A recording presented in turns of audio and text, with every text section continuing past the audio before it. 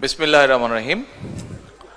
जनाब महबूब अली मरहुम महबूब अली खान 41तम मृत्युबार्षिकी उपलक्षे आयोजित आजकेर এই आलोचना सभार सम्मानित सभापति जनाब सादिक, सम्मानित सभापति, मंचे उपस्थित उलेमा मशाइखगण, सम्मानित उलेमा मशाइखगण, मंचे उपस्थित अतिथिबृंद एवं आमार सामने उपस्थित आमंत्रित अतिथिबृंद,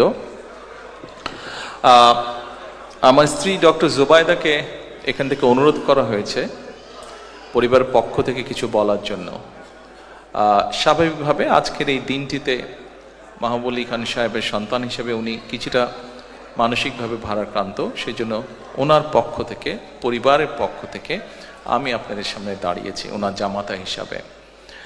আমি প্রথমেই আজকের অনুষ্ঠানের আয়োজকবৃন্দ যারা আছেন সকলকে একটা সুন্দর আজকের এই সুন্দর অনুষ্ঠানটি আয়োজন করার জন্য সকলকে আন্তরিকভাবে পরিবারের পক্ষ থেকে ধন্যবাদ জানাতে চাই। যেভাবে মরহুম মাহবুব আলী খান সাহেবের জীবনী তুলে ধরা হয়েছে, যেভাবে ওনাকে সুন্দরভাবে উপস্থাপন করা আছে, দেশের জন্য উনি যে সকল কাজগুলো করেছিলেন সেগুলো যেভাবে সুন্দরভাবে উপস্থাপন করা হয়েছে, যারা যারা কষ্ট করে এই আয়োজনগুলি আয়োজন করেছেন, এই প্রোগ্রামগুলোকে সাজিয়েছেন, প্রত্যেককে আন্তরিকভাবে আমি পরিবারের পক্ষ থেকে ধন্যবাদ জানাতে চাই। সম্মানিত উপস্থিতিবৃন্দ, আমার যেহেতু একটি আলাদা পরিচয় আছে, আমি একজন রাজনৈতিক কর্মী, স্বাভাবিকভাবে যখন আপনাদের সামনে দাঁড়িয়েছি একটি দুটি কথা 1 মিনিট সময় হয়তো আমি নিব। এখানে কথা এসেছে মরহুম মাহবুব আলী খান সাহেবের বিষয়। উনি একজন দেশপ্রেমিক মানুষ ছিলেন, দেশের জন্য উনি কাজ করেছেন। এখানে কিছুক্ষণ আগে বিভিন্ন বক্তব্য বলে গেছেন যে দেশে একটি পরিবর্তন এসছে, দেশের মানুষ কিছু চাইছে, রাজনৈতিক দলগুলো, রাজনৈতিক কর্মী, রাজনৈতিক নেতৃবৃন্দের কাছে সামনের দিকে বাড়তে চাইছে দেশ। এখানে আপনারা যারা আছেন প্রায় অধিকাংশ মানুষই রাজনীতির সাথে জড়িত আছেন। আমরা যারা রাজনীতি করি, আমরা রাজনীতি করি দেশের মানুষের জন্য, দেশের মানুষের পাশে দাঁড়ানোর জন্য।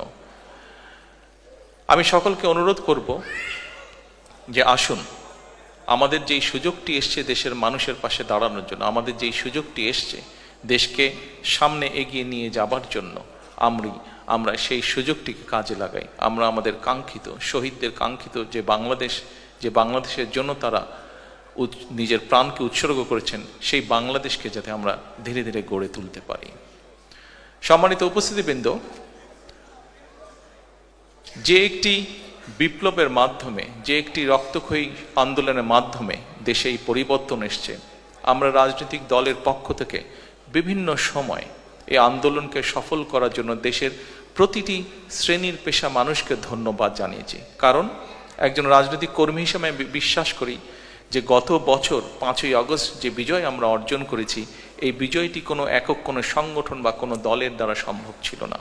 সমাজের সর্বস্তরের মানুষ, প্রত্যেকটি শ্রেণী পেশার মানুষ রাজপথে নেমে এসেছিলেন বলেই এই আন্দোলনটি সফল হয়েছে, বাংলাদেশ স্বৈরাচার মুক্ত হয়েছে।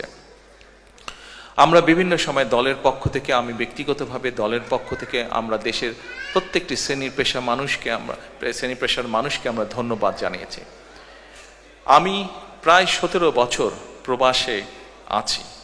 আপনারা যারা প্রবাসী আছেন, শুধু ইউকেতে না, পৃথিবীর বিভিন্ন দেশে যারা আছেন, প্রবাসে যারা আছেন, আপনাদেরই একটি অংশ হিসাবে আমি প্রবাসে 17 বছর ধরে আছি।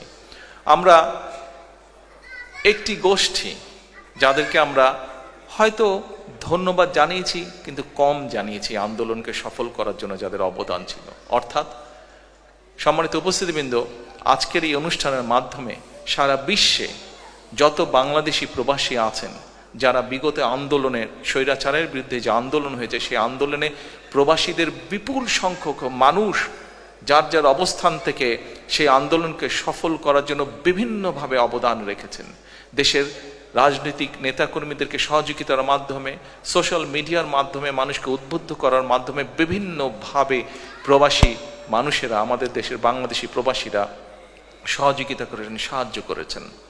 আমি আজকে এই অনুষ্ঠানের মাধ্যমে পৃথিবীর যে সকল জায়গায়, যে প্রান্তে, যে সকল প্রান্তে যেই বাংলাদেশি আছেন, প্রত্যেকটি বাংলাদেশিকে, প্রত্যেকটি প্রবাসীকে, যারা এই আন্দোলনে আমাদেরকে সহযোগিতা করেছেন, যারা এই আন্দোলনে আমাদেরকে উদ্বুদ্ধ করেছেন, বিএনপি সহ সকল গণতান্ত্রিকামী রাজনৈতিক দলের নেতৃবৃন্দ কর্মীদেরকে উদ্বুদ্ধ করেছেন, সহযোগিতা করেছেন, সাহায্য করেছেন বিভিন্নভাবে যার যার অবস্থান থেকে।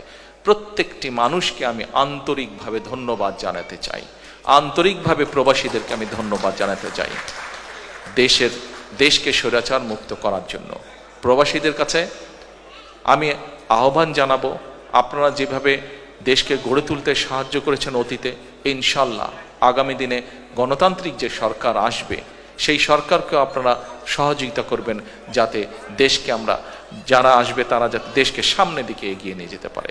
পরিশেষে আবারও সকলকে আন্তরিকভাবে ধন্যবাদ জানিয়ে আমার বক্তব্য শেষ করছি। আল্লাহ হাফেজ। বাংলাদেশ জিন্দাবাদ।